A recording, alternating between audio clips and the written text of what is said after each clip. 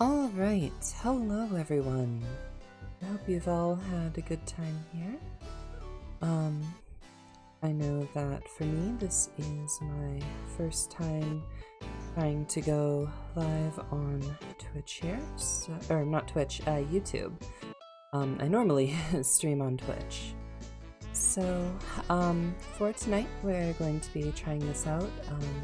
I know the book streams in particular tend not to be very popular on Twitch. I might get 1 or 2 viewers, 6 if I've got a bunch of people who are friendly dropping by. And so I think for tonight we are going to try something just a little bit different. We'll try doing it on YouTube and see if YouTube's content analytics give something a little bit different. I sincerely hope it will. But we'll have to find out. So, with that, we are going to be reading through Charles Dickens' A Christmas Carol. And I'm quite looking forward to seeing how this one goes. I've read through some of it previously, but I've never actually read the original story.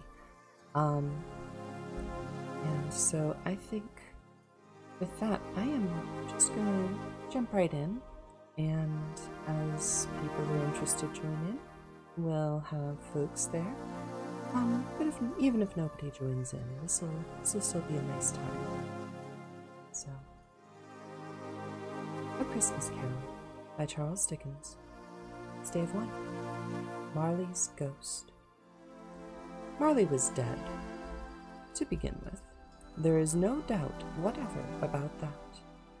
The register of his burial was signed by the clergyman, the clerk, the undertaker, and the chief mourner. Oh, hold on just a second. It looks like there's been a small error on my end.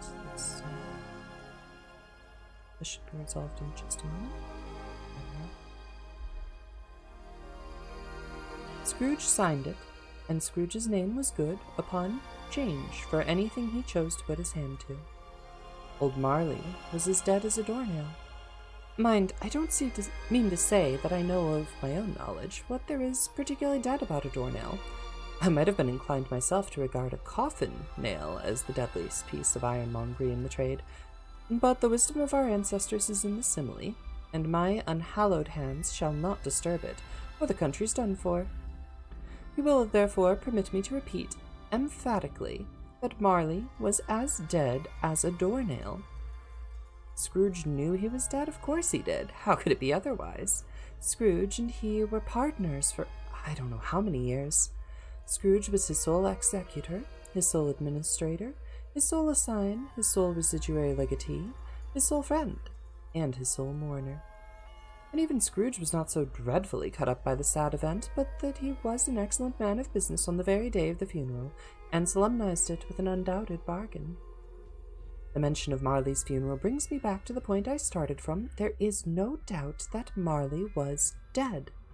This must be distinctly understood, or nothing wonderful can come from the story I am about to relate. If we were not perfectly convinced that Hamlet's father died before the play began, there would be nothing more remarkable about his taking a stroll at night, in an easterly wind, upon his own ramparts, than there would be in any other middle-aged gentleman rashly turning out after dark in a breezy spot, say St. Paul's churchyard, for instance, literally to astonish his son's weak mind. Scrooge never painted out old Marley's name. There it stood, years afterward, above the warehouse door. Scrooge and Marley. The firm was known as Scrooge and Marley. Sometimes people knew to the business called Scrooge, and sometimes Marley, but he answered to both names. It was all the same to him. Oh, but he was a tight-fisted hand at the grindstone, Scrooge. And a squeezing, wrenching, grasping, scraping, clutching, covetous old sinner. Hard and sharp as flint, from which no steel had ever struck out generous fire, secret and self-contained and solitary as an oyster. The cold within him froze his old features, nipped his pointed nose, shriveled his cheek, stiffened his gait, made his eyes red, his thin lips blue, and spoke out shrewdly in his grating voice. A frosty rime was on his head, and on his eyebrows his wiry chin. He carried his own low temperature always about with him. He iced his office in the dog days, and it didn't thaw once at 1 degree at Christmas. External heat and cold had little influence on Scrooge. No warmth could warm, nor wintry weather chill him. No wind that blew was bitterer than he. No falling snow was more intent upon its purpose, no pelting rain less open to entreaty. Foul weather didn't know where to have him. The heaviest rain, snow, and hail and sleet could boast the advantage over him in only one respect. They often came down handsomely, and Scrooge never did. Nobody ever stopped him in the street to say, with gladsome looks, "My dear Scrooge, how are you? When will you come to see me?" No beggars implored him to bestow a trifle. No children asked him what was the o'clock. No man or woman ever once in all his life inquired the way to such and such a place of Scrooge. Even the blindman's dogs appeared to know him, and when they saw him coming on, would tug their owners into doorways and up courts, and then would wag their tails as though they said, "No eye at all is better than an evil eye, dark master." But what did Scrooge care? It was the very thing he liked, to edge his way along the crowded paths of life, warning all human sympathy to keep its distance, was what the knowing ones call nuts to Scrooge. Once upon a time, of all the good days in the year, on Christmas Eve, old Scrooge sat busy in his counting-house. It was cold, bleak, biting weather, foggy withal, and he could hear the people in the court outside go wheezing up and down, beating their hands upon their breasts and stamping their feet upon the pavement stones to warm them. The city clocks had only just gone 3, but it was quite dark already. It had not been light all day, and candles were flaring in the windows of the neighbouring offices, like ruddy smears upon the palpable brown air. The fog came pouring in at every chink and keyhole, and was so dense without that, although the want of the court was of the narrowest, the houses opposite were mere phantoms. To see the dingy cloud drooping down, obscuring everything, one might have thought that nature lived hard by, and was blowing a large sail. The door of Scrooge's counting-house was open that he might keep his eyes upon his clerk, who, in a dismal little cell beyond, a sort of tank, was copying letters. Scrooge had a very small fire, but the clerk's fire was so very much smaller that it looked like one coal. But he couldn't replenish it, for Scrooge kept the coal box in his own room, and so surely as the clerk came in with the shovel, the master predicted that it would be necessary for them to part. Wherefore the clerk put on this white comforter and tried to warm himself at the candle, in which effort, not being a man of a strong imagination, he failed. "A Merry Christmas, Uncle! God save you!" cried a cheerful voice. It was the voice of Scrooge's nephew, who came upon him so quickly that this was the first intimation he had of his approach. "Bah!" said Scrooge. "Humbug!" He had so heated himself with rapid walking in the Foston Frog, this nephew of Scrooge's, that he was all in a glow. His face was ruddy and handsome, his eyes sparkled, and his breath smoked again. Christmas a humbug, uncle," said Scrooge's nephew. "You don't mean that, I am sure." "I do," said Scrooge. "Merry Christmas! What right have you to be merry? What reason have you to be merry? You're poor enough." "Hello, Issei. Welcome in. I see you hiding in a box there.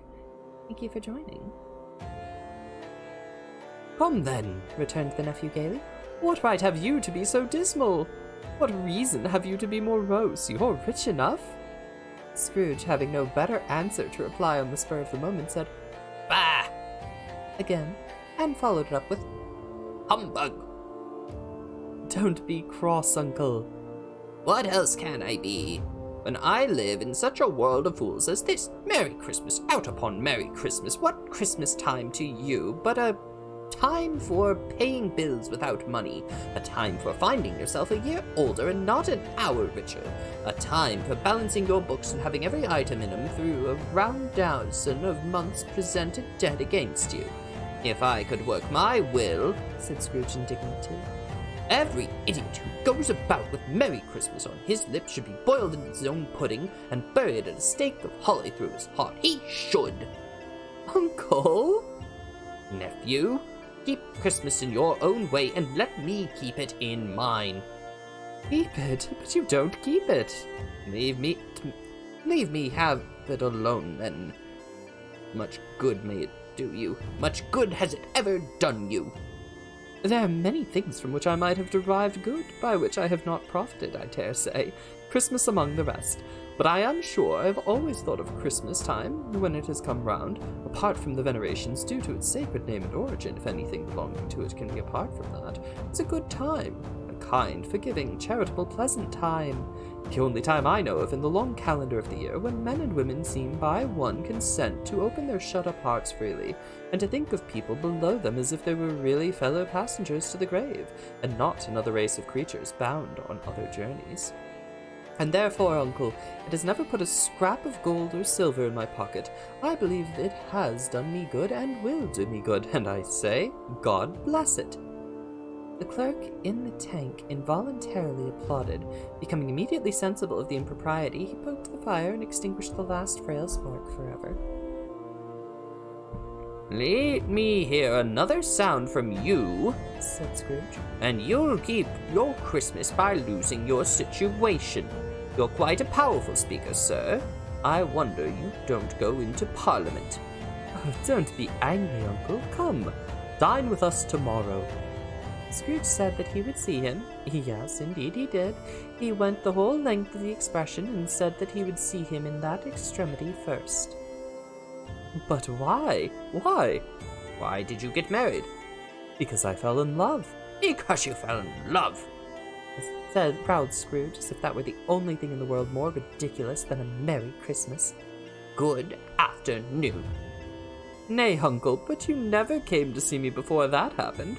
Why give it a reason for not coming now? Good afternoon. I want nothing from you. I ask nothing of you. Why cannot we be friends? Good afternoon. I am sorry with all my heart to find you so resolute. We have never had any quarrel to which I have been a party, but I have made the trial in homage to Christmas, and I'll keep my Christmas humour to the last. So, a Merry Christmas, uncle. Good afternoon. And a Happy New Year. Good afternoon. His nephew left the room without an angry word, notwithstanding.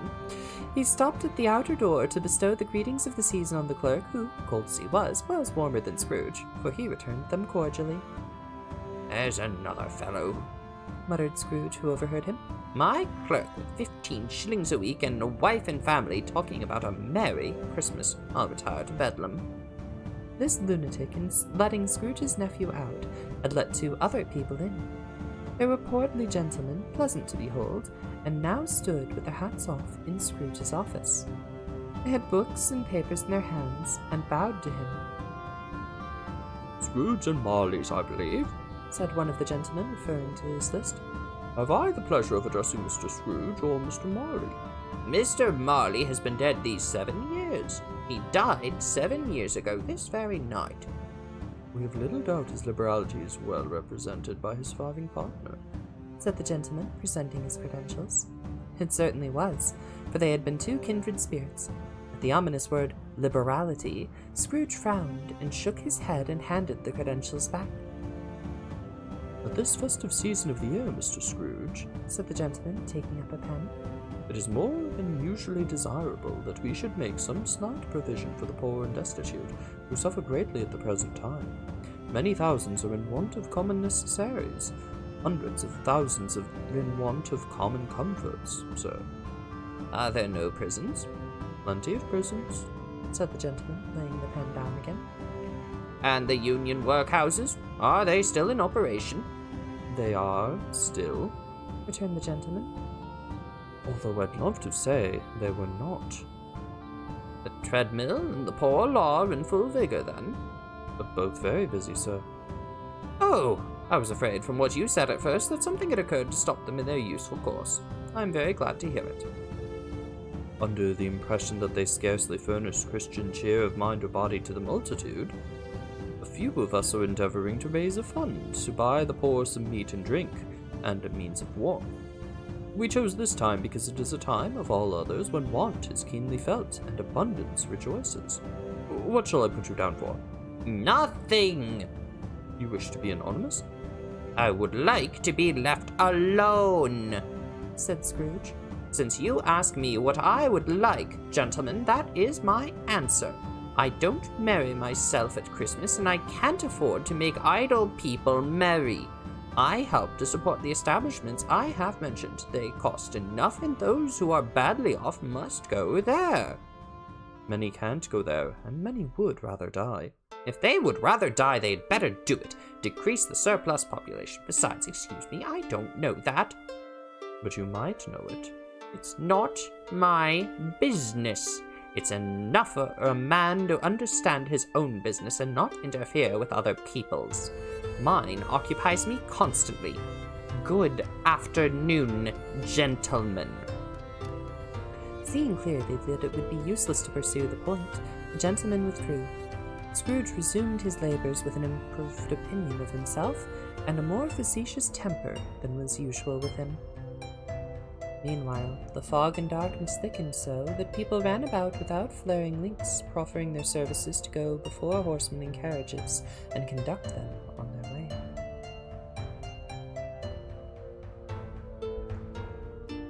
The ancient tower of a church, whose gruff old bell was always peeping silly down at Scrooge out of a Gothic window in the wall, became invisible and struck the hours and quarters in the clouds with tremulous vibrations afterwards, as if its teeth were chattering in its frozen head up there. The cold became intense. In the main street, at the corner of the court, some labourers were repairing the gas pipes and had lighted a great fire in a brazier, round which a party of ragged men and boys were gathered, warming their hands and winking their eyes before the blazing rapture. The water plug being left in solitude, its overflowing sullenly congealed and turned to misanthropic ice. The brightness of the shops where holly sprigs and berries, cracked in the heat lamp of the windows, made pale faces ruddy as they passed. Poulterers' and grocers' trades became a splendid joke, a glorious pageant with which it was next to impossible to believe that such dull principles as a bargain and sale had anything to do. The Lord Mayor, in the stronghold of the mighty mansion house, gave orders to his 50 cooks and butlers to keep Christmas as a Lord Mayor's house should, and even the little tailor, whom he had fined 5 shillings on the previous Monday for being drunk and bloodthirsty in the streets, stirred up tomorrow's pudding in his garret, while his lean wife and baby sallied out to buy the beef. Foggier, yet colder, piercing, searching, biting cold. If the good St. Dunstan had but nipped the evil spirit's nose with a touch of such weather as that, instead of using his familiar weapons, then indeed he would have roared to lusty purpose.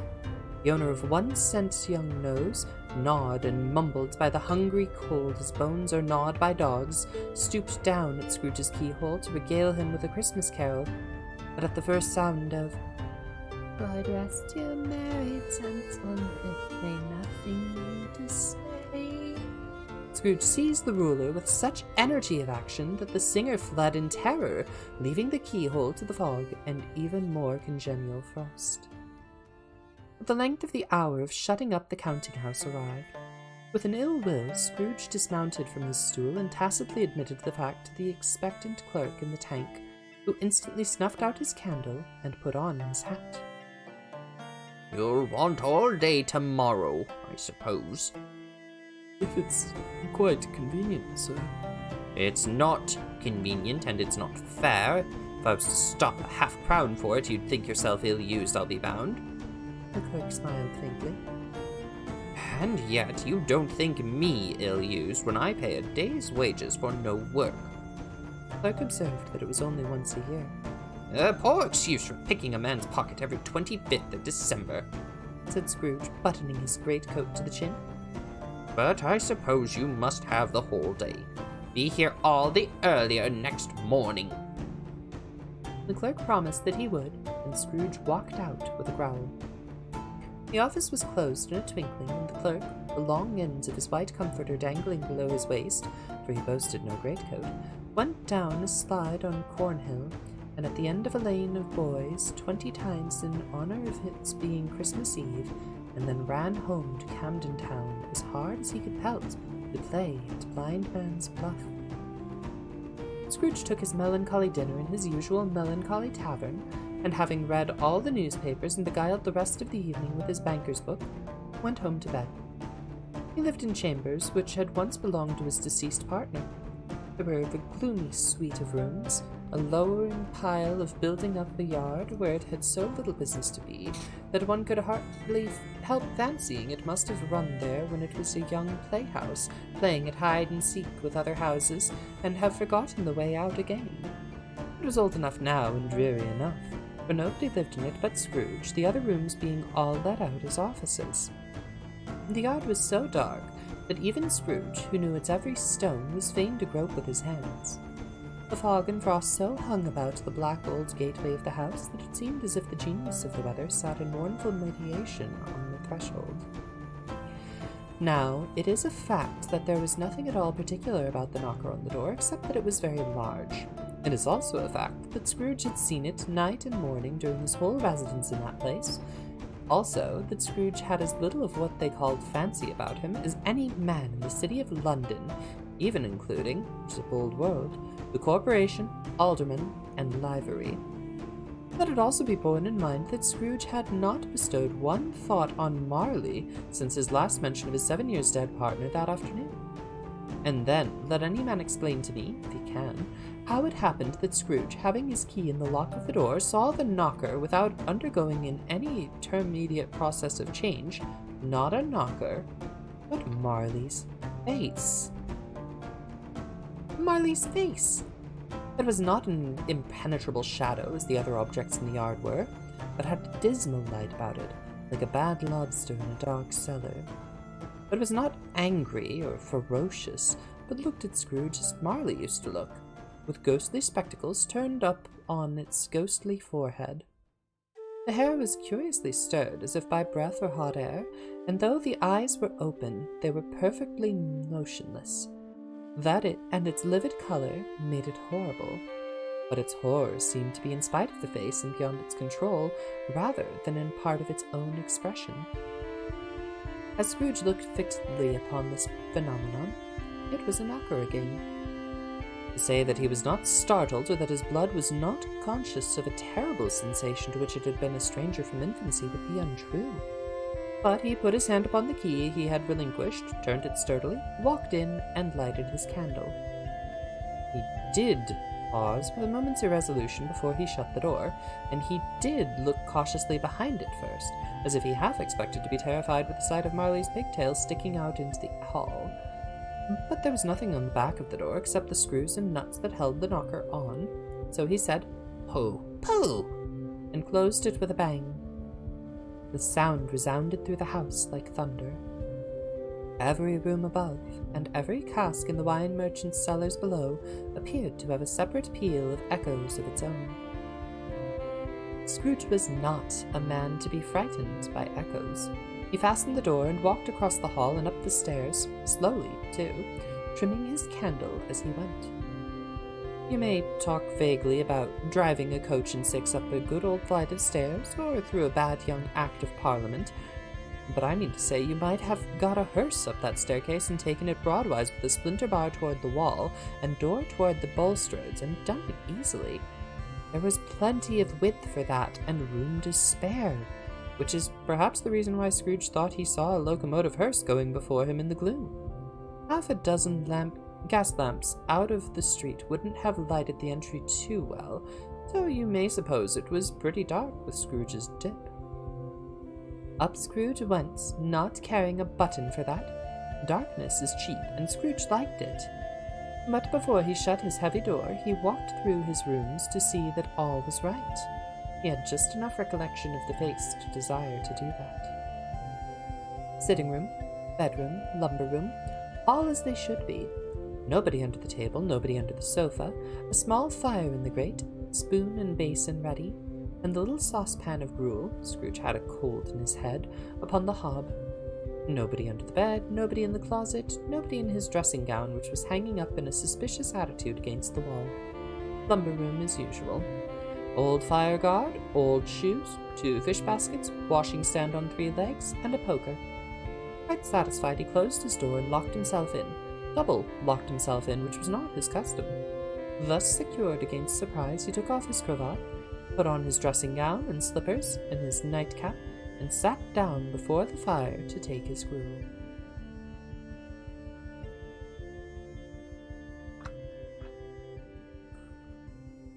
It was a very low fire indeed, nothing on such a bitter night.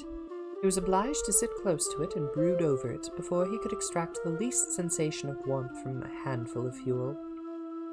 The fireplace was an old one, built by some Dutch merchant long ago, and paved all around with quaint Dutch tiles,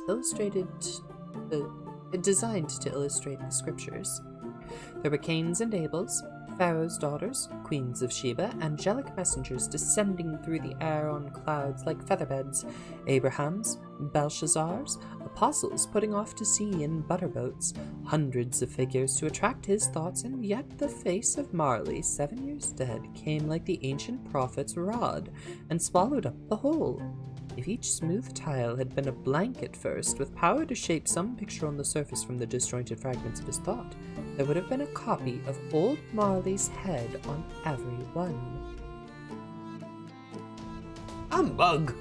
Said Scrooge, and walked across the room. After several turns, he sat down again. As he threw his head back in the chair, his glance happened to rest upon a bell, a disused bell that hung in the room and communicated for some purpose now forgotten with a chamber in the highest story of the building. It was with great astonishment and with a strange, inexplicable dread that as he looked, he saw this bell begin to swing. It swung so softly in the outset that it scarcely made a sound. Soon it rang out loudly. So did every bell in the house. This might have lasted half a minute or a minute, but it seemed longer. They were succeeded by a clanking noise deep down below, as if some person were dragging a heavy chain over the casks of the wine merchant's cellar. Scrooge then remembered to have heard that ghosts in haunted houses were described as dragging chains. The cellar door flew open with a booming sound, and then he heard the noise much louder on the floors below, then coming up the stairs, then coming straight toward the door. It's humbug still. I won't believe it. His color changed, though, when without a pause it came through the heavy door and passed into the room before his eyes. Upon its coming in, the dying flame leaped up as though it cried, "I know him! Marley's ghost!" and fell again. The same face, very same. Marley in his pigtail, usual waistcoat, tights, and boots, the tassels on the latter bristling like his pigtail, and his coat skirts and the hair upon his head. The chain he drew was clasped about his middle. It was long and wound about him like a tail, and it was made, for Scrooge observed it closely, of crash boxes, keys, padlocks, ledgers, deeds, and heavy purses wrought in steel. His body was transparent, so that Scrooge, observing him and looking through his waistcoat, could see the 2 buttons on his coat behind. Scrooge had often heard it said that Marley had no bowels, but he had never really believed it until now. No, nor did he believe it even now, though he looked the phantom through and through, and saw it standing before him, though he felt the chilling influence of its death-cold eyes, and marked the very texture of the folded kerchief bound about his head and chin, which wrapper he had not observed before. He was still incredulous and fought against his senses. How now? Said Scrooge, caustic and cold as ever. What do you want with me? Much. Marley's voice, no doubt about it. Who are you? Ask me who I was. Who were you then? You're peculiar for a shade. He was going to say to a shade, but substituted this as more appropriate. In life, I was your partner, Jacob Marley. Can you Can you sit down? asked Scrooge, looking doubtfully at him. I can. Well, do it then. Scrooge asked the question because he didn't know whether a ghost so transparent might find himself in a condition to take a chair, and felt that in the event of its being impossible, it might involve the necessity of an embarrassing explanation.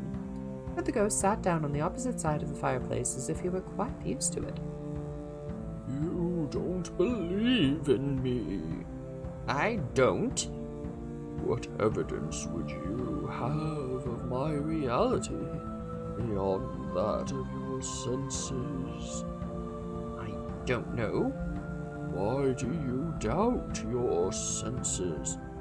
Because a little thing affects them. A slight disorder of the stomach makes them cheats. You may be an undigested bit of beef, a blot of mustard, a crumb of cheese, a fragment of an undone potato. There's more of gravy than of grave about you, whatever you are. Scrooge was not much in the habit of cracking jokes, nor did he feel in his heart by any means waggish them. The truth is that he tried to be smart as a means of distracting his own attention and keeping down his terror, for the spectre's voice disturbed the very marrow in his bones.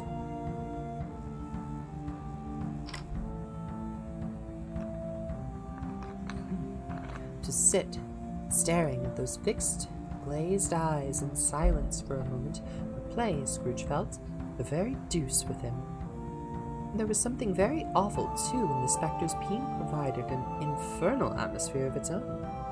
Scrooge could not feel it himself, but this was clearly the case, for though the ghost sat perfectly motionless, its hair and skirts and tassels were still agitated, as by the hot vapor from an oven. You see this toothpick? Said Scrooge, returning quickly to the charge for the reason just assigned, and wishing, though it were only for a second, to divert the vision's stony gaze from himself. I do. You are not looking at it. But I see it notwithstanding. Well, I have but to swallow this, and the rest of my days be persecuted by a legion of goblins, all of my own creation. Humbug, I tell you. Humbug! At this, the spirit raised a frightful cry and shook its chain with such a dismal and appalling noise that Scrooge held on tight to his chair to save himself from falling in a swoon. But how much greater was his horror when the phantom, taking off the bandage round its head as if it were too warm to wear indoors, its lower jaw dropped down upon its breast. Scrooge fell upon his knees and clasped his hands before his face. Mary, dreadful apparition, why do you trouble me? Man of the worldly mind, do you believe in me or not? I do, I must, but why do spirits walk the earth, and why do they come to me? It is required of every man that the spirit within him should walk abroad among his fellow men, and travel far and wide, and if that spirit goes not forth in life, it is condemned to do so after death. It is doomed to wander through the world, oh woe is me, and witness what it cannot share, but might have shared on earth and turned to happiness. Again the spectre raised a cry, and shook its chain and wrung its shadowy hands. You are fettered. Tell me why. I wear the chain I forged in life. I made it link by link, and yard by yard. I girded it on of my own free will, and of my own free will I wore it. Is its pattern strange to you? Scrooge trembled more and more. Or would you know the weight and length of the strong coil you bear yourself? It was as full and as heavy and long as 7 Christmas. It was as full, as heavy, and as long as the 7 Christmas Eves ago. You have labored on its sense. It is a ponderous chain. Scrooge glanced about him on the floor in the expectation of finding himself surrounded by some 50 or 60 fathoms of iron cable, but he could see nothing. Jacob. Oh, Jacob Marley, tell me more. Speak comfort to me, Jacob. I have none to give. It comes from other reasons, Ebenezer Scrooge, and is conveyed by other ministers to other kinds of men. Nor can I tell you what I would. A very little more is all permitted to me. I cannot rest, I cannot stay, I cannot linger anywhere.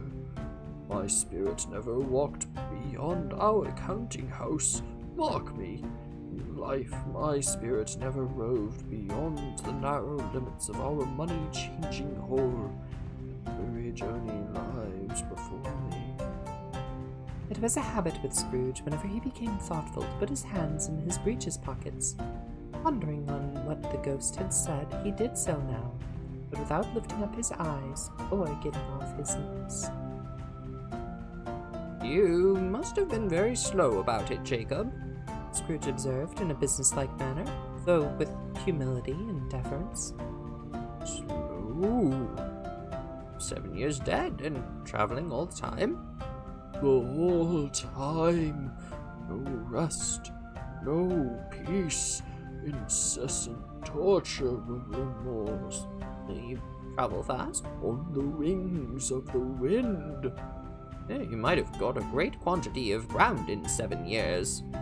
The ghost, on hearing this, set up another cry and clanked its chains so hideously in the dead silence of the night that the ward would have been justified in indicting it for a nuisance. Oh, captive, bound and double-ironed, not to know the ages of incessant labor by immortal creatures for this earth must pass into eternity before the good of which is acceptable is all developed. Not to know that any Christian spirit working kindly in its little sphere, whatever it may be, will find its mortal life too short for its vast means of usefulness. Not to know that no space of regret can make amends for one's life's opportunities missed. Yet such was I. Oh, such was I. But you were always a good man of business, faltered Scrooge, who now began to apply this to himself. Business, cried the ghost, wringing its hands again. Mankind was my business. The common welfare was my business.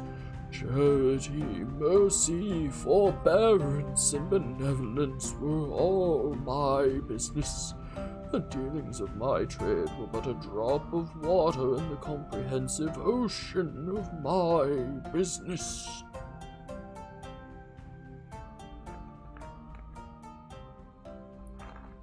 It held up its chain at arm's length, as if that were the cause of all its unavailing grief, and flung it heavily upon the ground again. At this time of the rolling year I suffer most. Why did I walk through crowds of fellow beings with my eyes turned down, and never raise them to that blessed star which led the wise men to a poor abode? Were there no poor homes to which its light would have conducted me? Scrooge was very much dismayed to hear the spectre going on at this rate. He began to quake exceedingly. Hear me. My time is nearly gone. I will, but don't be hard upon me. Don't be flowery, Jacob, pray. How is it that I appear before you in a shape that you can see? I may not tell. I have sat invisible beside you for many and many a day. It was not an agreeable idea. Scrooge shivered and wiped the perspiration from his brow. That is no light part of my penance, pursued the ghost. I am here tonight to warn you that you have yet a chance of hope of escaping my fate. A chance and hope of my procuring Ebenezer. You always were a good friend to me. Thank ye. You will be haunted by 3 spirits. Scrooge's countenance fell almost as low as the ghost's had done. Is that the chance and hope you mentioned, Jacob? It is. I think I'd rather not, said Scrooge. Without their visits, you cannot hope to shun the path I tread. Expect the first tomorrow when the bell tolls 1. Couldn't I take 'em all at once and have it over with, Jacob? Expect the second on the next night at the same hour. The third upon the next night when the last stroke of 12 has ceased to vibrate. Look to see me no more, and look that for your own sake remember what has passed between us. When it had said these words, the spectre took its wrapper from the table and bound it round its head as before. Scrooge knew this by the smart sound that its teeth made when the jaws were brought together by the bandage. He ventured to raise his eyes again and found his supernatural visitor confronting him with an erect attitude, with its chain wound over and about its arm. The apparition walked backward from him, and at every step it took, the window raised itself a little, so that when the spectre reached it, it was wide open. It beckoned Scrooge to approach, which he did. When they were within 2 paces of each other, Marley's ghost held up its hand, warning him to come no nearer. Scrooge stopped. Not so much in obedience as in surprise and fear, for on the raising of his hand he became sensible of confused noises in the air, incoherent sounds of lamentation and regret, wailings inexpressibly sorrowful and self-accusatory. The spectre, after listening for a moment, joined the mournful dirge and floated down upon the bleak, dark night. Scrooge followed to the window, desperate in his curiosity. He looked out. The air was filled with phantoms, wandering hither and thither in restless haste, and moaning as they went. Every one of them wore chains like Marley's ghost. Some few, they might be guilty governments, were linked together. None were free. Many had been personally known to Scrooge in their lives. He had been quite familiar with one old ghost in a white waistcoat, with a monstrous iron safe attached to its ankle, who cried piteously at being unable to assist a wretched woman with an infant whom it saw below upon a doorstep. The misery with them all was clearly that they sought to interfere for good in human matters, and had lost the power forever. Whether these creatures faded into mist or mist enshrouded them, he could not tell, but they and their spirit voices faded together, and the night became as it had been when he walked home. Scrooge closed the window and examined the door by which the ghost had entered. It was double locked, as he had locked it, with his own hands, and the bolts were undisturbed. He tried to say humbug, but stopped at the first syllable. And being, from the emotion he had undergone, or the fatigues of the day, or his glimpse of the invisible world, or the dull conversations of the ghost, or the lateness of the hour, much in need of repose, went straight to bed, without undressing, and fell asleep upon the instant.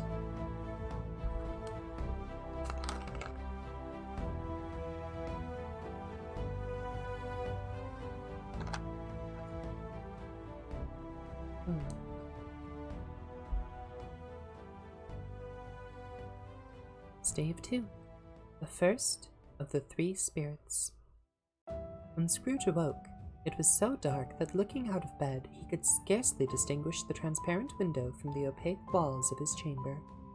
He was endeavouring to pierce the darkness with his ferret eyes when the chimes of a neighbouring church struck the 4 quarters, so he listened for the hour. To his great astonishment, the heavy bell went on from 6 to 7, and 7 to 8, and regularly up to 12, then stopped. 12. It was past 2 when he went to bed. The clock was wrong. An icicle must have got into the works. 12? He touched the spring on his repeater to correct the preposterous clock. Its rapid little pulse beat 12 and stopped. Why, it isn't possible. I can't have slept through a whole day and far into another night. It isn't possible that anything has happened to the sun, and this is 12 at noon. The idea being an alarming one, he scrambled out of bed and groped his way to the window. He was obliged to rub the frost off with the sleeve of his dressing gown before he could see anything, and could see very little then. All he could make out was that it was still very foggy and extremely cold, and that there was no noise of people running to and fro and making a great stir, as there unquestionably would have been if night had been beaten off bright day, and taken possession of the world.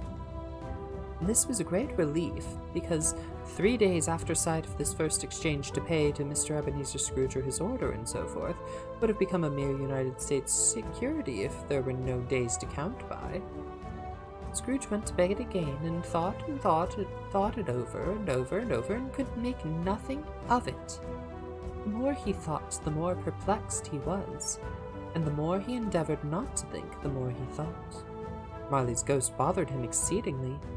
Every time he resolved within himself, after mature inquiry, that it was all a dream, his mind flew back again like a strong spring released to its first position, and presented the same problem to be worked all through. Was it a dream or not?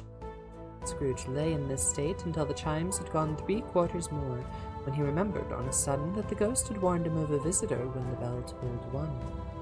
He resolved to lie awake until the hour was past, and, considering that he could no more go to sleep than go to heaven, this was perhaps the wisest resolution in his power. The quarter was so long that he was more than once convinced he must have sunk into a doze unconsciously and missed the clock. At length, it broke upon his listening ear. Ding dong. A quarter past. Ding dong. 1/2 past. Ding dong. A quarter to it. Ding dong. The hour itself, cried Scrooge triumphantly. and nothing else. He spoke before the hour bell sounded, which it now did with a deep, dull, hollow melancholy. 1. Light flashed up in the room upon the instant, and the curtains of his bed were drawn. The curtains of his bed were drawn aside, I tell you, by a hand. Not the curtains at his feet, nor the curtains at his back, but those to which his face was addressed. The curtains of his bed were drawn aside, and Scrooge, starting up into the half-recumbent attitude, found himself face to face with the unearthly visitor who drew them, as close to it as I am to you now, and I am standing in the spirit at your elbow. It was a strange figure, like a child, yet not so like a child as like an old man viewed through some supernatural medium, which gave him the appearance of having receded from the view and being diminished to a child's proportions. Its hair, which hung about its neck and down its back, was as white as if with age, yet the face had not a wrinkle in it, and the tenderest bloom was on the skin. The arms were very long and muscular, the hands the same, as if its holds were of uncommon strength. Legs and feet were most delicately formed, were, like those of the upper members, bare. It wore a tunic of the purest white, and around its waist was bound a lustrous belt, the sheen of which was beautiful. It held a branch of fresh green holly in its hand, and in singular contradiction of that wintry emblem, it had its dress trimmed with summer flowers. The strangest thing about it was that from the crown of its head there sprung a bright clear jet of light, by which all this was visible, and which was doubtless the occasion of its using, in its duller moments, a great extinguisher for a cap, which it now held under its arm.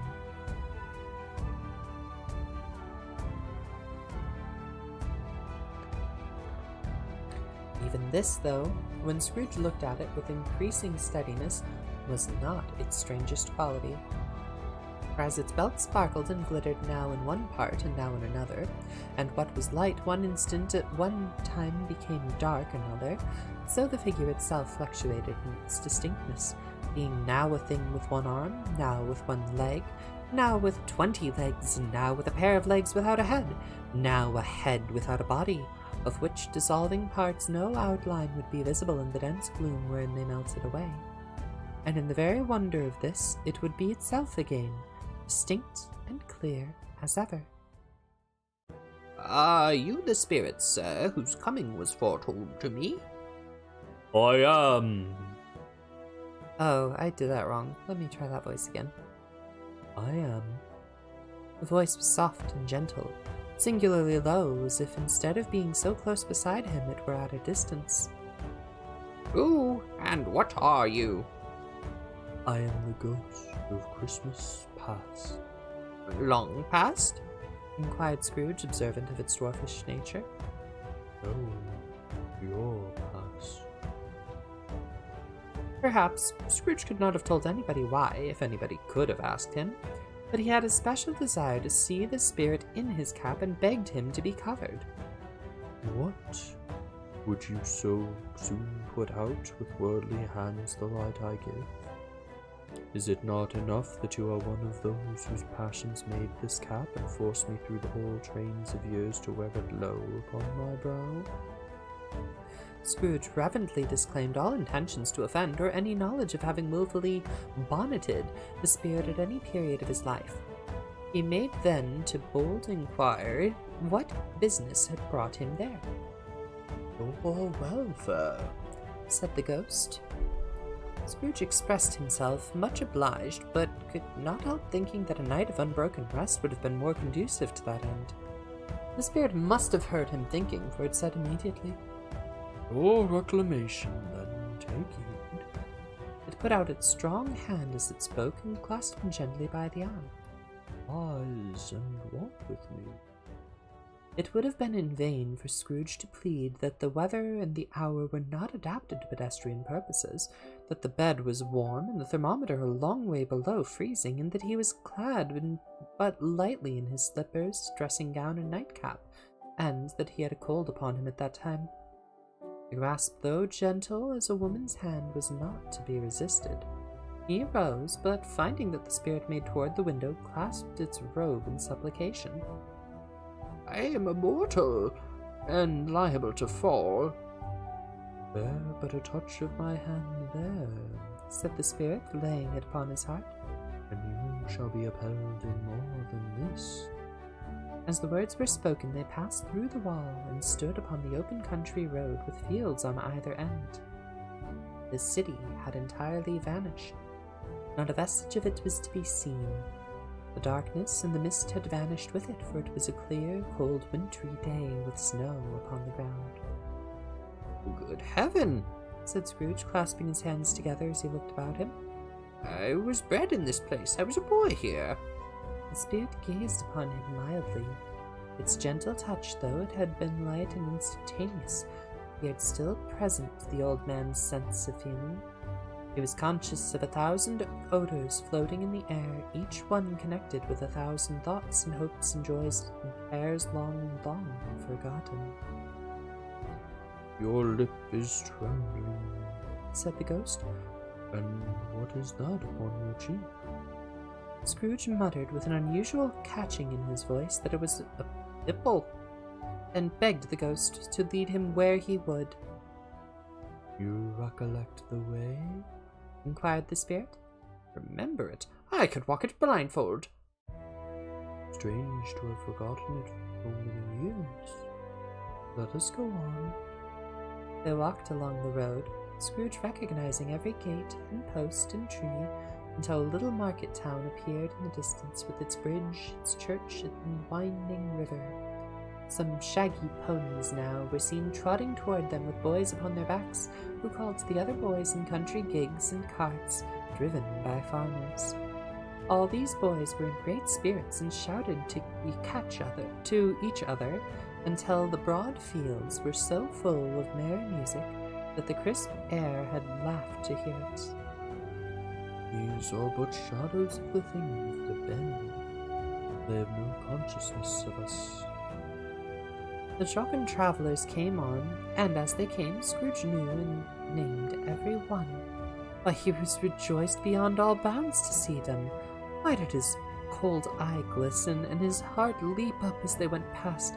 Why was he filled with gladness when he heard each of them give each other Merry Christmases as they parted at crossroads and byways for their several homes? What was Merry Christmas to Scrooge? Out upon Merry Christmas! What good had it ever done to him? The school is not quite deserted. A solitary child, neglected by his friends, is left there still. Scrooge said he knew it. He sighed. They left the high road by a well-remembered lane and soon approached a mansion of dull red brick, with a little weathercock surmounted cupola on the roof and a bell hanging in it. It was a large house, but one of broken fortunes, for the spacious offices were little used, their walls were damp and mossy, their windows broken, and their gates decayed. Fowls clucked and strutted in the stables, and the coach houses and sheds were overrun with grass.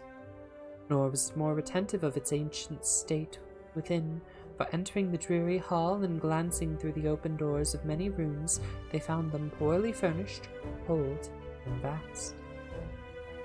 There was an earthly savour in the air, a chilly bareness in the place which associated itself somehow with too much getting up by candlelight, and not too much to eat. They went, the ghost and Scrooge, across the hall to a door at the back of the house. It opened before them and disclosed a long, bare, melancholy room, made bare still by lines of plain deal forms and desks.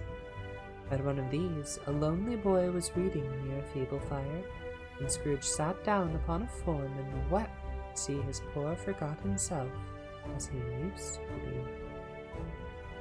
Not a latent echo in the house, not a squeak and scuffle from the mice behind the paneling, not a drip from the half-thawed waterspout in the dull yard behind, not a sigh among the leafless boughs of one despondent poplar, not the idle swinging of an empty storehouse door. No, not a clicking in the fire, but fell upon the heart of Scrooge with softening influence, and gave a freer passage to his tears.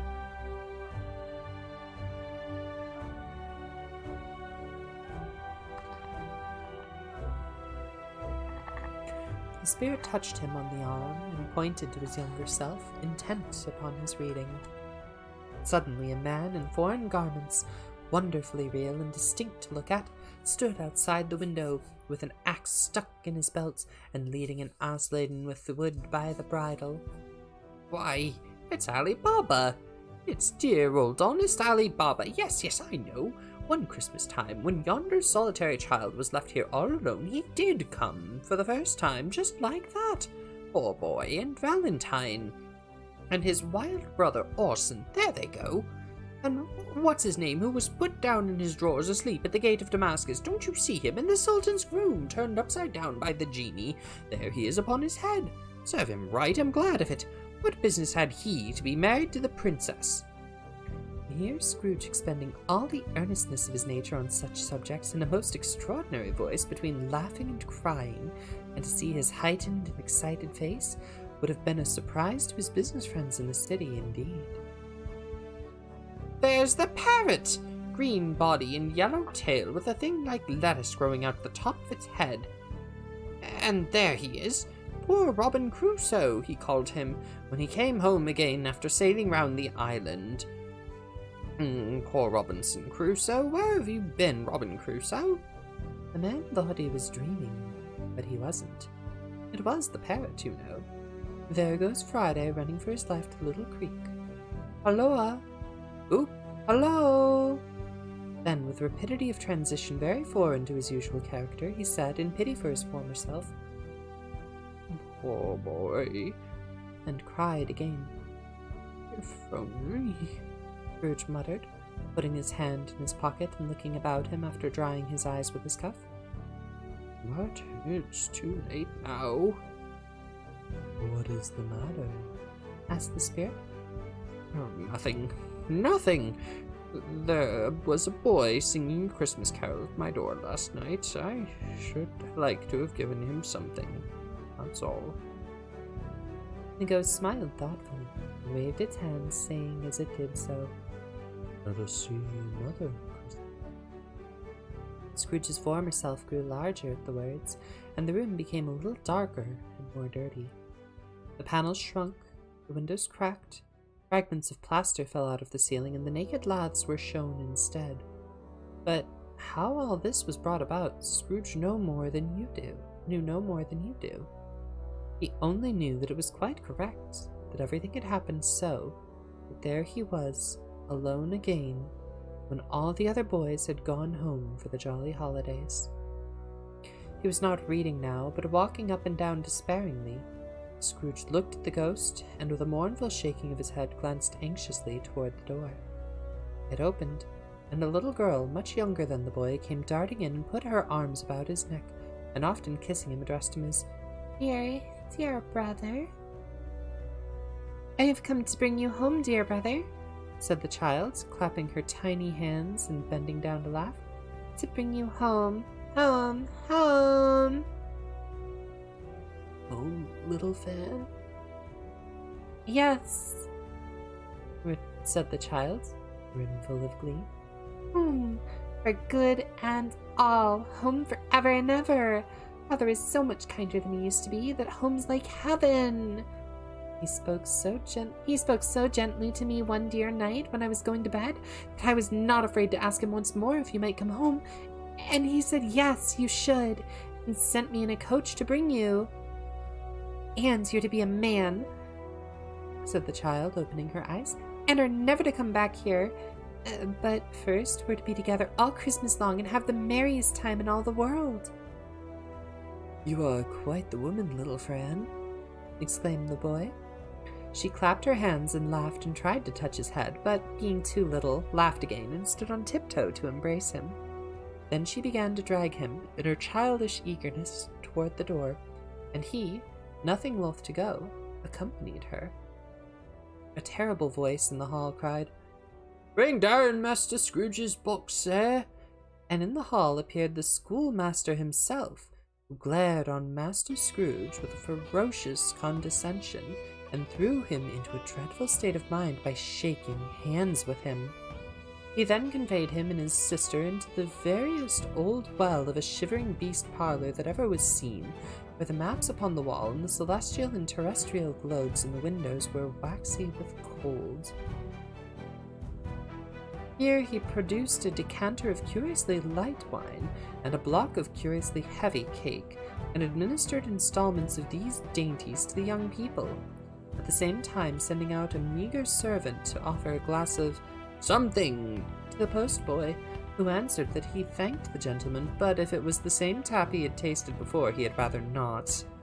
Master Scrooge's trunk being by this time tied on to the top of the chaise, the children bade the schoolmaster goodbye right willingly, and getting into it, they drove gaily down to the garden sweep, the wheels quickly dashing, and the hoar-frost and snow from off the dark leaves of the evergreens like spray. "Always a delicate creature whom a breath might have withered, but she had a large heart." So she had. You're right, I'll not gainsay it, spirit, God forbid. She died a woman, and had, as I think, one child. Yon. Scrooge seemed uneasy in his mind and answered briefly, Yes. Although they had but that moment left the school behind them, they were now in the very busy thoroughfares of a city, where shadowy passengers passed and repassed, where shadowy carts and coaches battled for the way, and all the strife and tumult of a real city were. It was made plain enough by the dressing of the shops that here, too, it was Christmas time again, but it was evening, and the streets were lighted up. The ghost stopped at a certain warehouse door, and asked Scrooge if he knew it. Knew it? Was I apprenticed here? They went in, at sight of an old gentleman in a Welsh wig, sitting behind such a high desk that if he had been 2 inches taller he must have knocked his head against the ceiling. Scrooge cried in great excitement, Why, it's old Fezziwig! Bless his heart, it's Fezziwig alive again! Old Fezziwig laid down his pen and looked up at the clock which pointed the hour of 7. He rubbed his hands, adjusted his capacious waistcoat, laughed all over himself from his shoes to his organ of benevolence, and called out in a comfortable, oily, rich, fat, jovial voice, "Ho there, Ebenezer, Dick!" Scrooge's former self, now grown a young man, came briskly in, accompanied by his fellow apprentice. Dick Wilkins, to be sure, said Scrooge to the ghost. Bless me, yes, there he is. He was very much attached to me, was Dick. Oh, poor Dick, dear Dick. Yo-ho, my boys, said Fezziwig. No more work tonight. Christmas Eve, Dick. Christmas, Ebenezer. Let's have the shutters up, cried old Fezziwig with a sharp clap of his hands, before a man can say Jack Robinson. You wouldn't believe how those two fellows went at it. They charged into the street with shutters, 1, 2, 3, had 'em up in their place, 4, 5, 6, barred 'em and pinned them, 7, 8, 9, and came back before you could have got to 12, panting like racehorses. Hey-ho! cried old Fezziwig, slipping down from the high desk with wonderful agility. Clear away, my lads, and let's have lots of room here. Hally-ho, Dick! Cheer up, Ebenezer. Clear away? There was nothing they wouldn't have cleared away, or couldn't have cleared away, with old Fezziwig looking on. It was done in a minute. Every movable was packed off as if it were dismissed from public life forevermore.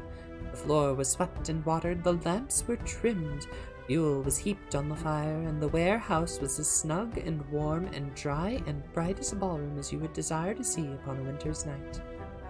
In came a fiddler with a music book. He went up to the lofty desk and made an orchestra of it, and turned like 50 stomachaches. In came Mrs. Fezziwig, one vast substantial smile. In came the 3 Miss Fezziwigs, beaming and lovable. In came 6 young followers, whose hearts they broke. In came all the young men and women employed in the business. In came the housemaid with her cousin, the baker. In came the cook with her brother's particular friend, the milkman. In came the boy from over the way, who was suspected of not having board enough from his master, trying to hide himself behind the girl from next door, but one who was proved to have had her ears pulled by her mistress. In they all came, one after another, some shyly, some boldly, some gracefully, some awkwardly, some pushing, some pulling. In all they came, anyhow and everyhow. Away they all went, 20 couple at once, hands half round the back and the other way, down the middle and up again, round and round in various stages of affectionate grouping. Old top couple always turning up in the wrong place, new top couple staring off again soon as they got there, all top couples at last, and not a bottom one to help them. When this result was brought about, old Fezziwig, clapping his hands to stop the dance, cried out, "Well done!" and the fiddler plunged his hot face into a pot of porter especially provided for that purpose. But scorning rest upon his reappearance, he instantly began again as though there were no dancers yet, if the other fiddler had been carried home exhausted on a shutter, and here was a brand new man resolved to beat him out of sight or perish. There were more dancers, and there were more forfeits, and more dances, and there was cake, and there was negus, and there was a great piece of cold roast, and there was a great piece of cold boiled, and there were mince pies, and plenty of beer. The great effect of the evening came after the roast and boiled, when the fiddler, an artful dog, mind, a sort of man who knew his business better than you or I could have told it him, stuck up Sir Roger de Coverley. Then old Fezziwig stood out to dance with Mrs. Fezziwig. The top couple, too, with a good stiff piece of work cut out for them.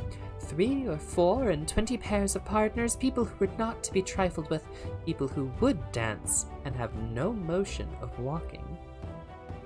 But if they had been twice as many, 4 times, old Fezziwig would have been a match for them, and so would Mrs. Fezziwig.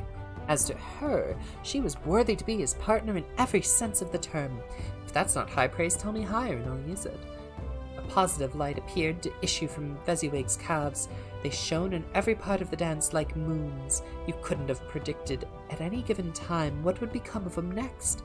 And when old Mrs. Fezziwig and old Fezziwig himself had gone all through the dance, advance and retire, hold hands with your partner, bow and curtsy, corkscrew, thread the needle, and back again to your place, Fezziwig cut, but so deftly that he appeared to wink with his legs and came upon his feet again without a stagger. When the clock struck 11, this domestic ball broke up. Mr. and Mrs. Fezziwig took their stations, one on either side of the door, and shaking hands with every person individually as he or she went out, wished him or her a Merry Christmas. When everybody had retired but the two apprentices, they did the same to them, and thus the cheerful voices died away, and the lads were left to their beds, which were under a counter in the back shop. During the whole of this time, Scrooge had acted like a man out of his wits. His heart and soul were in the scene, and with his former self. He corroborated everything, remembered everything, enjoyed everything, and underwent the strangest agitation. It was not until now, when the bright faces of his former self and Dick were turned from them, he remembered the ghost, and became conscious that it was looking full upon him, while the light upon its head burnt very clear.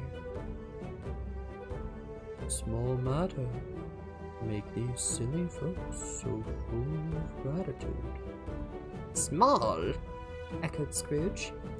The spirits signed to him to listen to the two apprentices, who were pouring out their hearts in praise of Fezziwig, and when he had done so, said, Why, is it not? He has spent but a few pounds of your mortal money, 3 or 4 perhaps. Is that so much that he deserves this praise? Isn't that?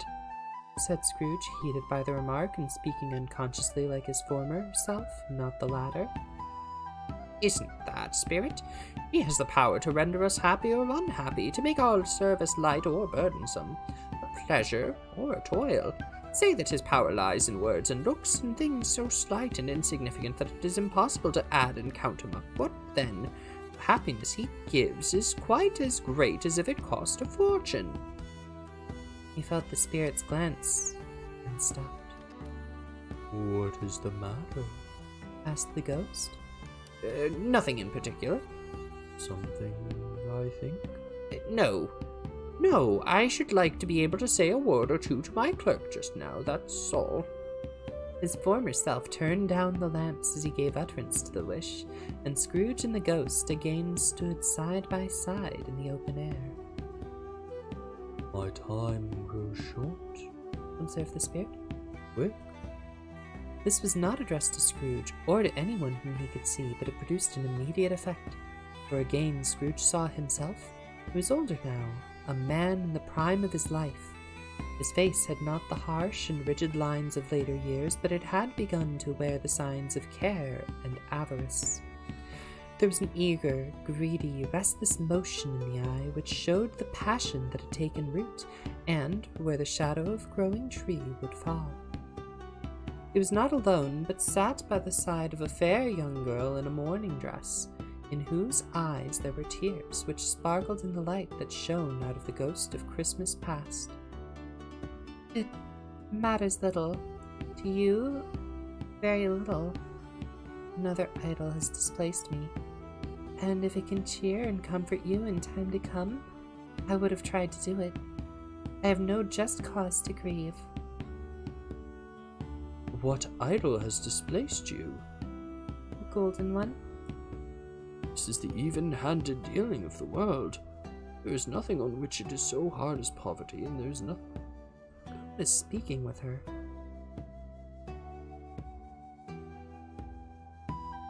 This is the even-handed dealing of the world.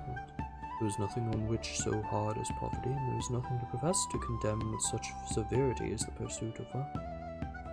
You fear the world too much.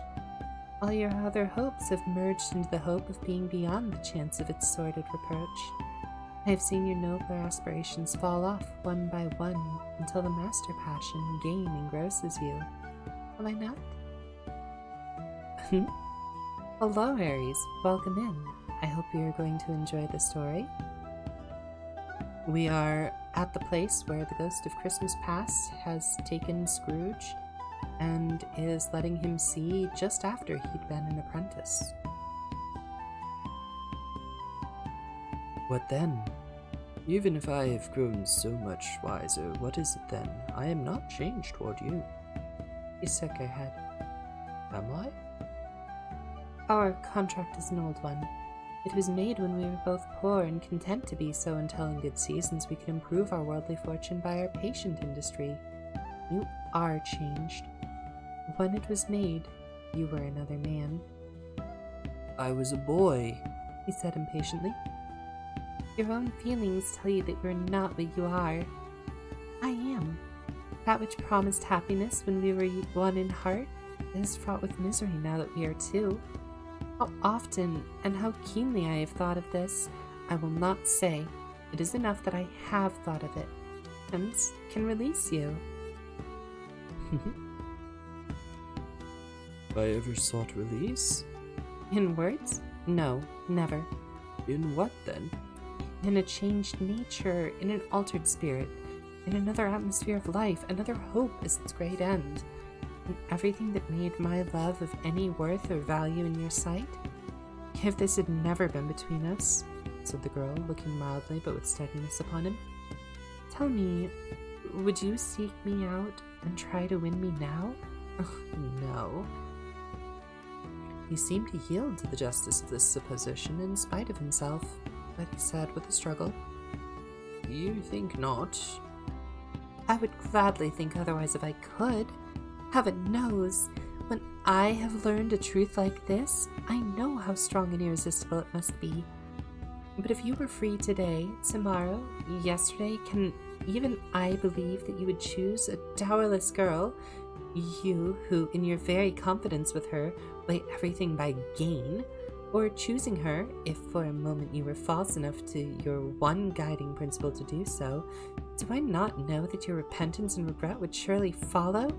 I do, and I release you, with a full heart, for the love of him who once you were. He was about to speak, but with her head turned from him, she resumed. You may. The memory of what is past half makes me hope you will have pain in this. A very, very brief time, and you will dismiss the recollection of it gladly as an unprofitable dream from which it happened that you awoke. May you be happy in the life you have chosen.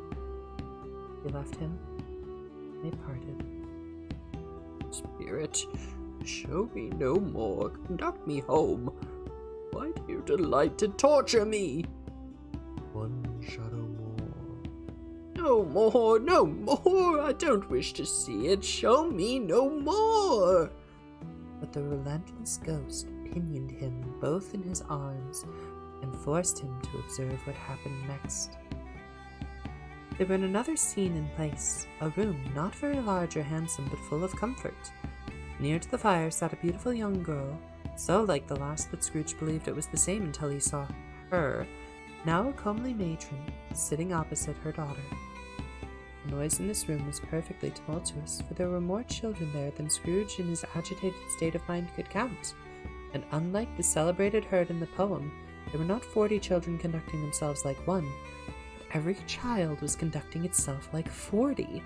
The consequences were uproarious beyond belief, but no one seemed to care. On the contrary, the mother and daughter laughed heartily and enjoyed it very much, and the latter, soon beginning to mingle with the sports, got pillaged by the young brigands most ruthlessly. What would I not have given to be one of them? Though I never could have been so rude. No, no! I wouldn't for the wealth of all the world have crushed that braided hair and torn it down, and for the precious little shoe, I wouldn't have plucked it off, God bless my soul, to save my life.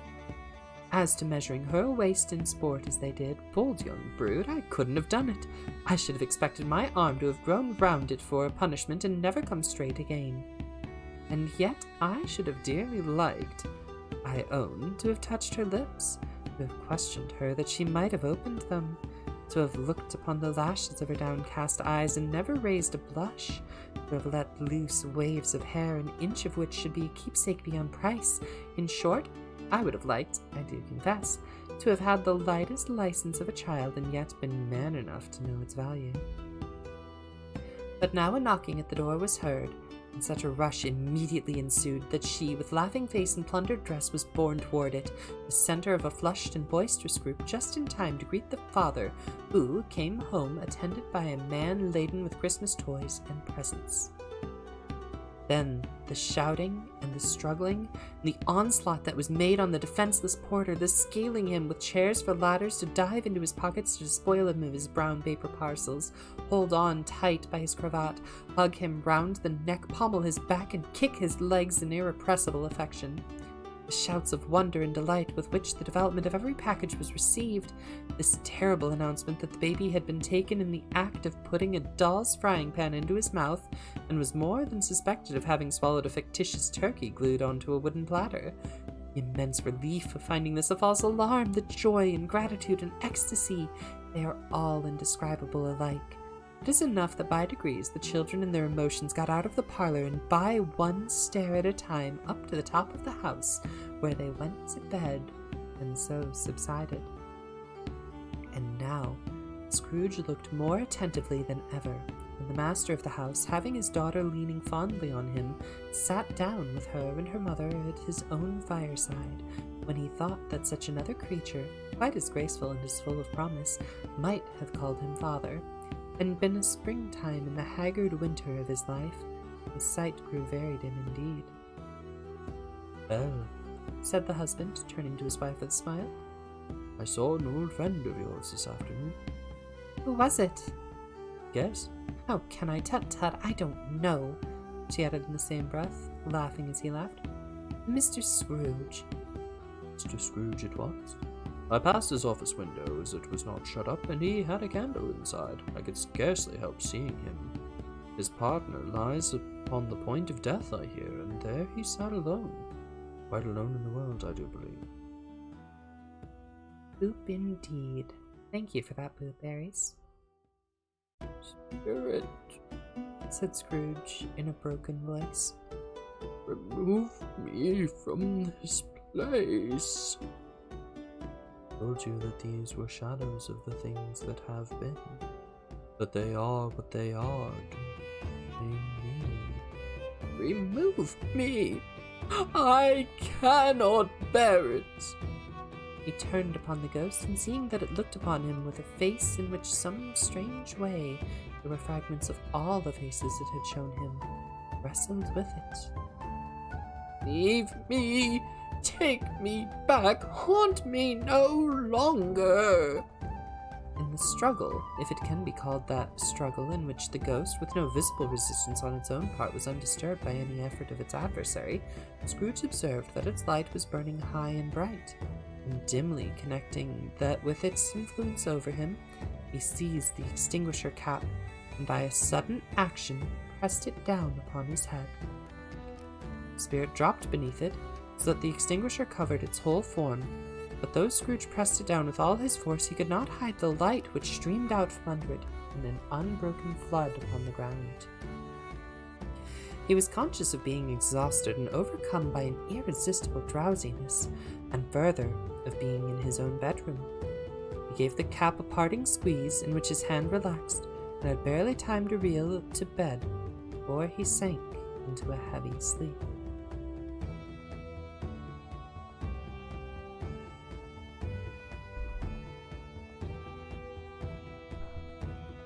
So, that would be the second stage, second stave.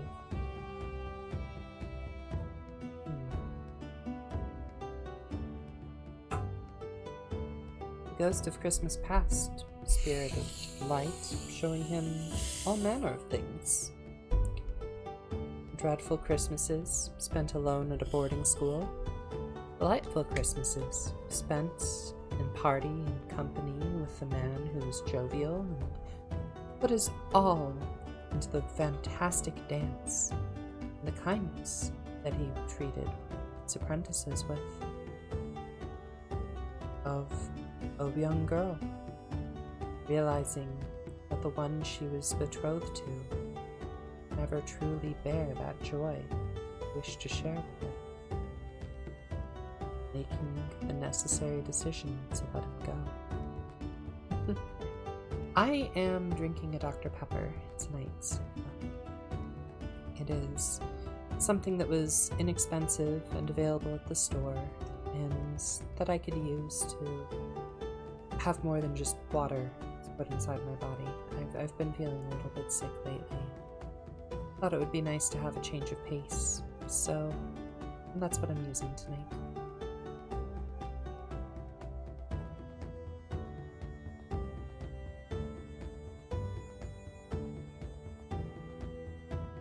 I'm a bit torn.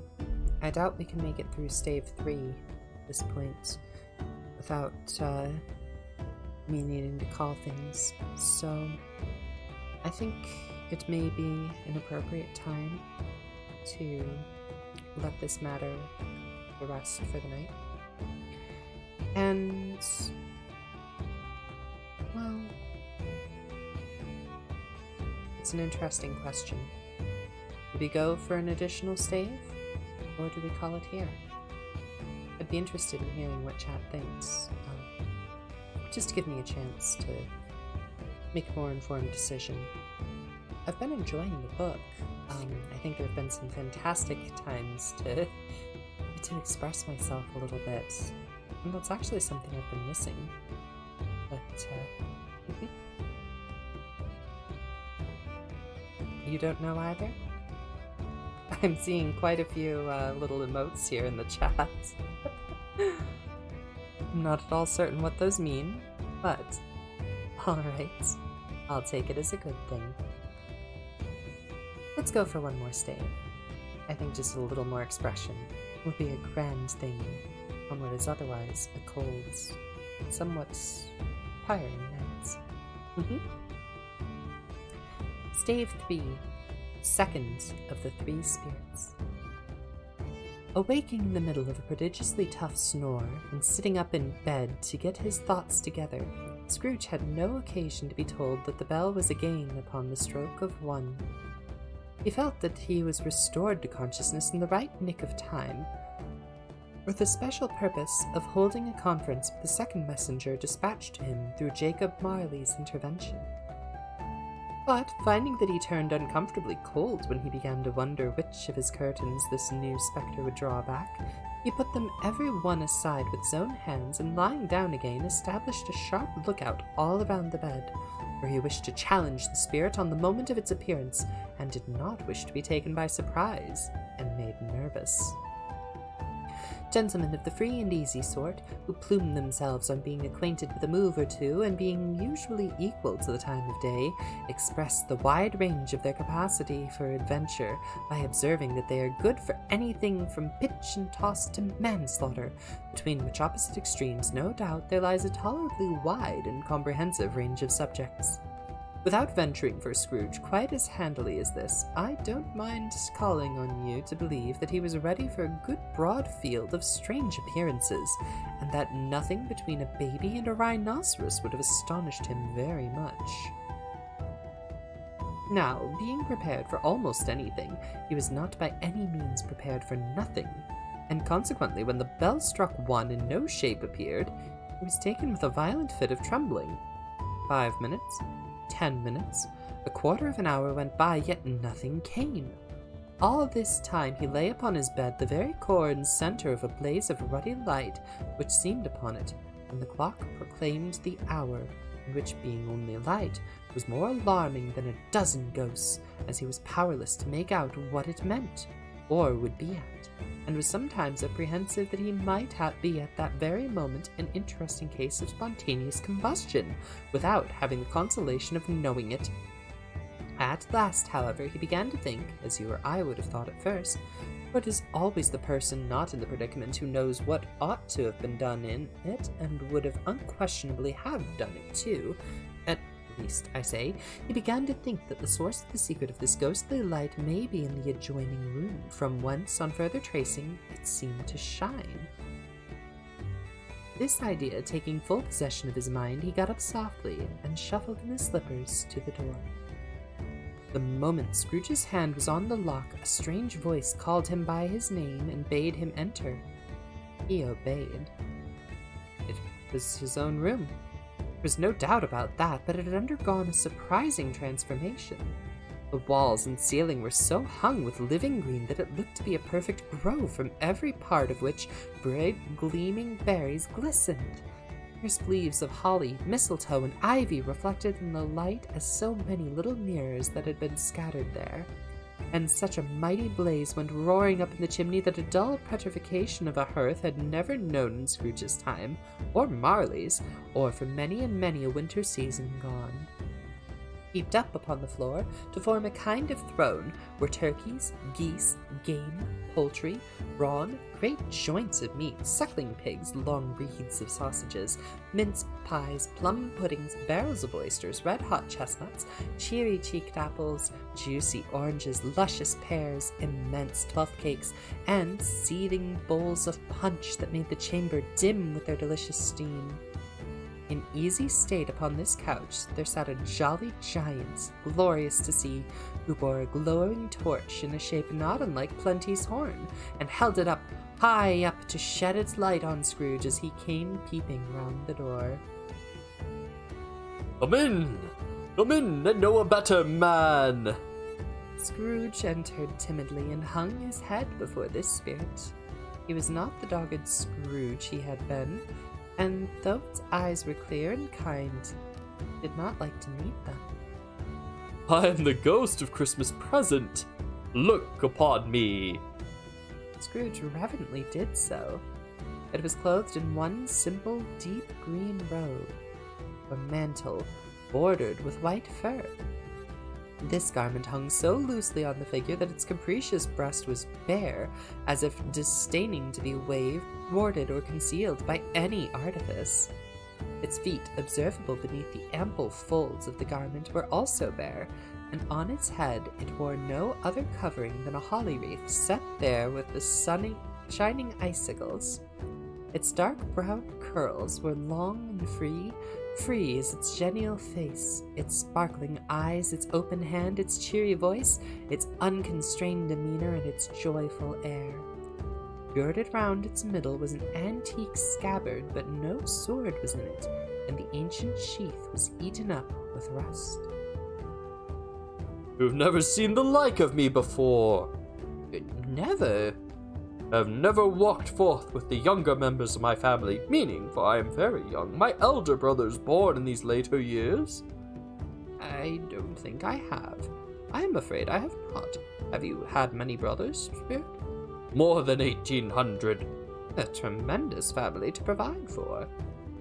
The ghost of Christmas present rose.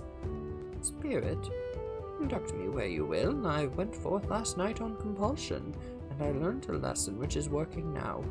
Tonight, if you have aught to teach me, let me profit by it. Touch my robe. Scrooge did as he was told and held it fast. Legal. Hello, welcome in. Thank you so much. It's always lovely to hear you talking about me shining brightly. I do want to be a light for people to guide by, and so I hope I get to shine as brightly as you do for me every time you join in.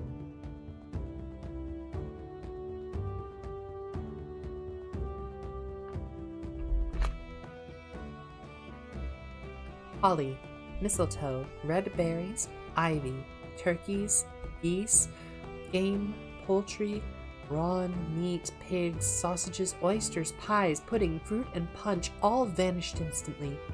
So did the room, the fire, the ruddy glow, the hour of night, and they stood in the city streets on Christmas morning, where, for the weather was severe, people made a rough but brisk and not unpleasant kind of music, in scraping the snow from the pavement in front of their dwellings and from the tops of their houses, whence it was mad delight to the boys to see it come plumping down into the road below, and splitting into artificial little snowstorms.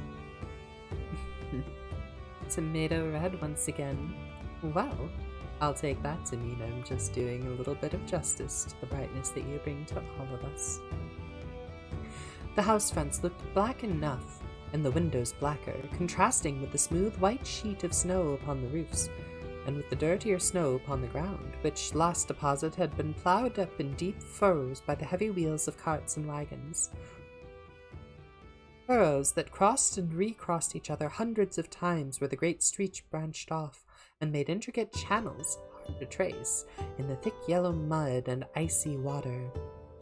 The sky was gloomy, and the shortest streets were choked up with a dingy mist, half-thawed, half-frozen, whose heavier particles descended in a shower of sooty atoms as if all the chimneys in Great Britain had by one consent caught fire and were blazing away to their dear hearts' content.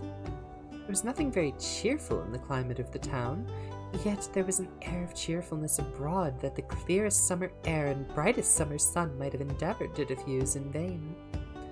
The people who were shoveling away on the housetops were jovial and full of glee, calling out to one another from the parapets, and now and then exchanging a facetious snowball, better-natured missile far than many a worldly jest, laughing heartily if it went right, and not less heartily if it went wrong.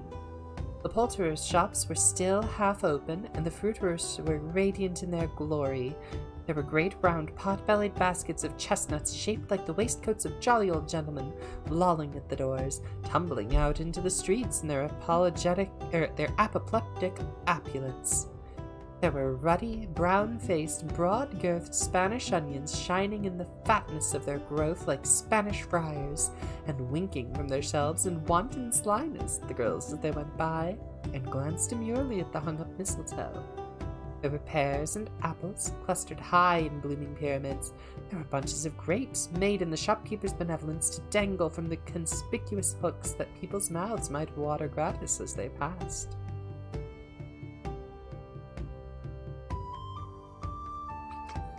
There were piles of filberts, mossy and brown, recalling, in their fragrance, an ancient walks among the woods, and pleasant shufflings ankle-deep through the withered leaves.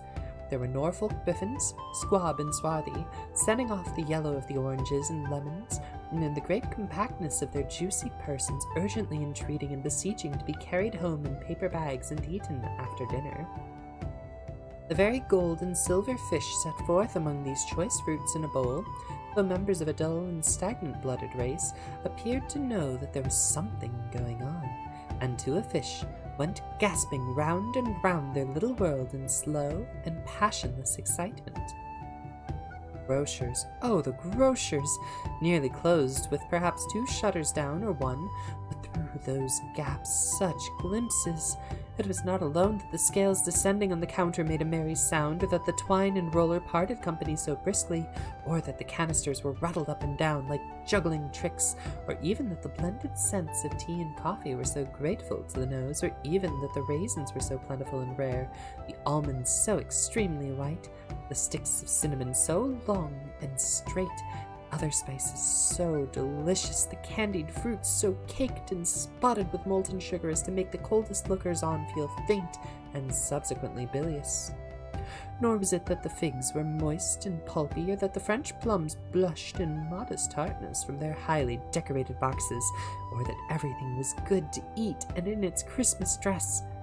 But the customers were all so hurried and so eager in hopeful promise of the day that they tumbled up against each other at the door, clashing their wicker baskets wildly, and left their purchases upon the counter and came running back to fetch them, and committed hundreds of them like mistakes in the best humor possible, while the grocer and his people were so frank and fresh that the polished hearts with which they fastened their aprons behind them might have been their own, worn outside for general inspection, and for Christmas dolls to peck at as they chose. But soon the steeples called good people all to church and chapel, and away they came, flocking through the streets in their best clothes and with their gayest faces. And at the same time there emerged from scores of by-streets, lanes, and nameless turnings innumerable people, carrying their dinner to the bakers' shops. Oops, that's the wrong button.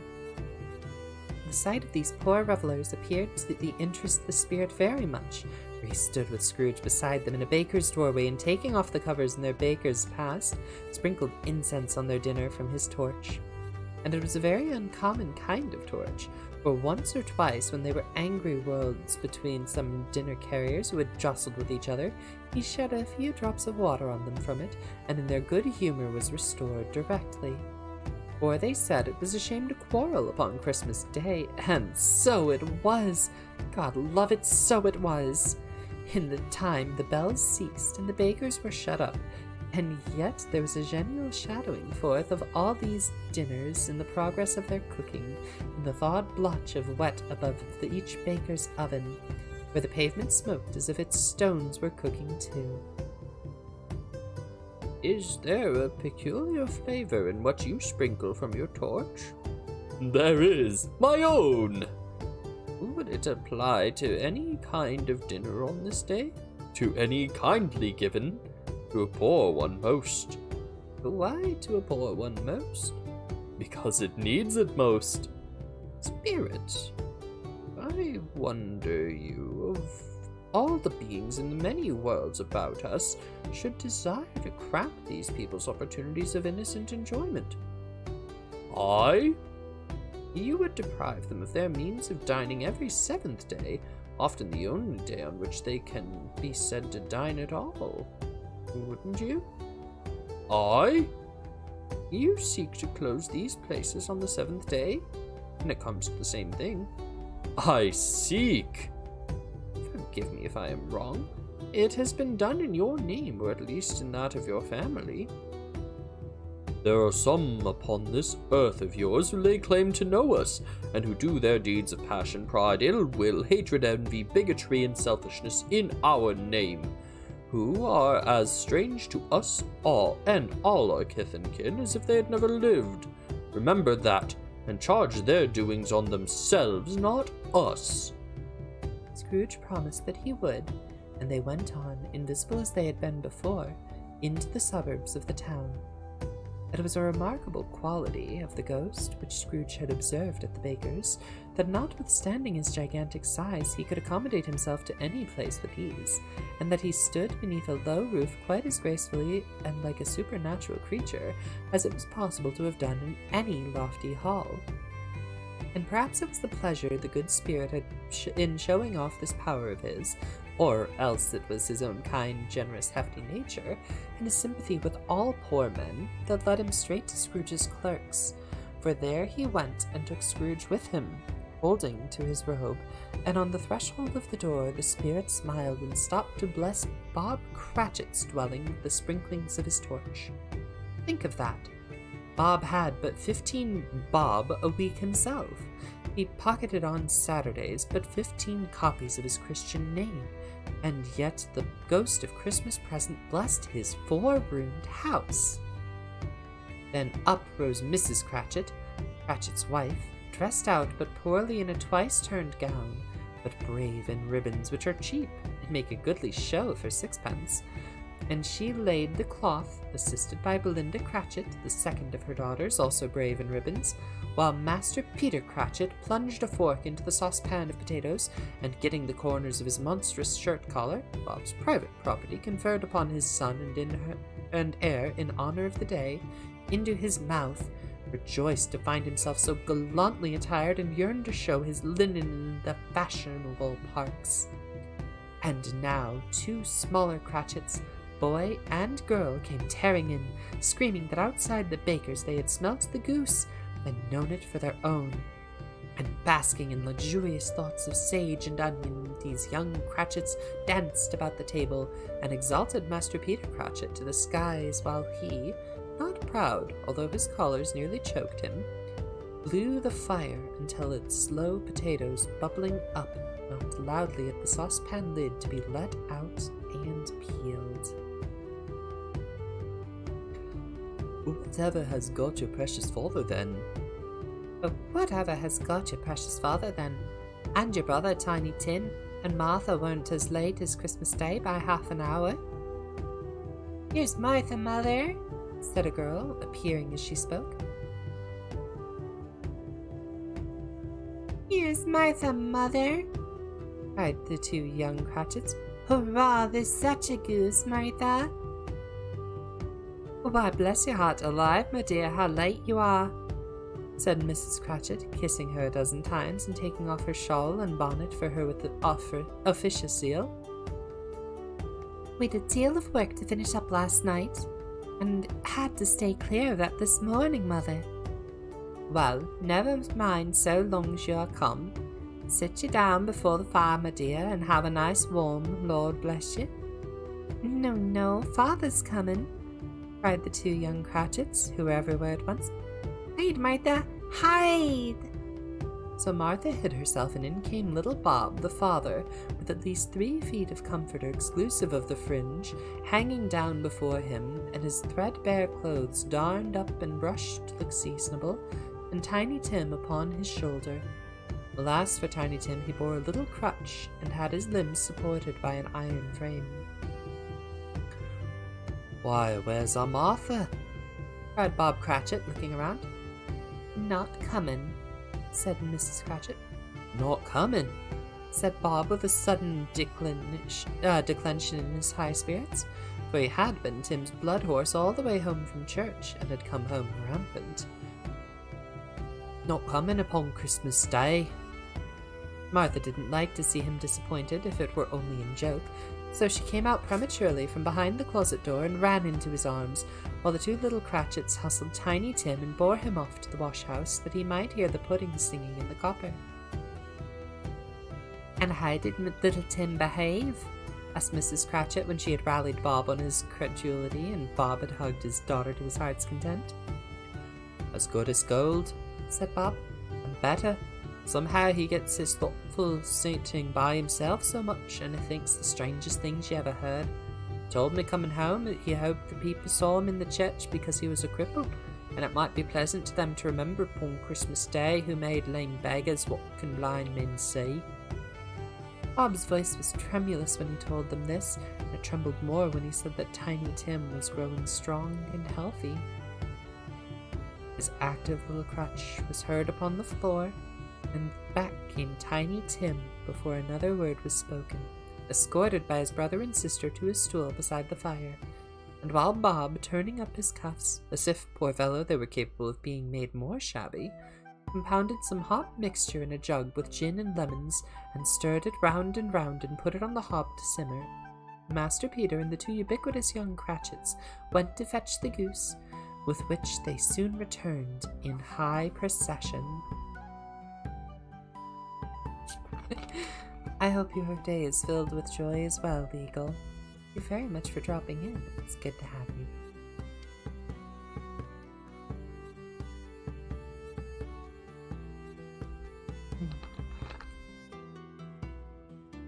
Such a bustle ensued that you might have thought a goose, the rarest of all birds, a feathered phenomenon to which a black swan was a matter of course, and in truth, it was something very like it in that house. Mrs. Cratchit made the gravy, ready beforehand in a little saucepan, hissing hot. Master Peter mashed the potatoes with incredible vigor. Miss Belinda sweetened up the applesauce. Martha dusted the hot plates. Bob took Tiny Tim beside him in a tiny corner at the table.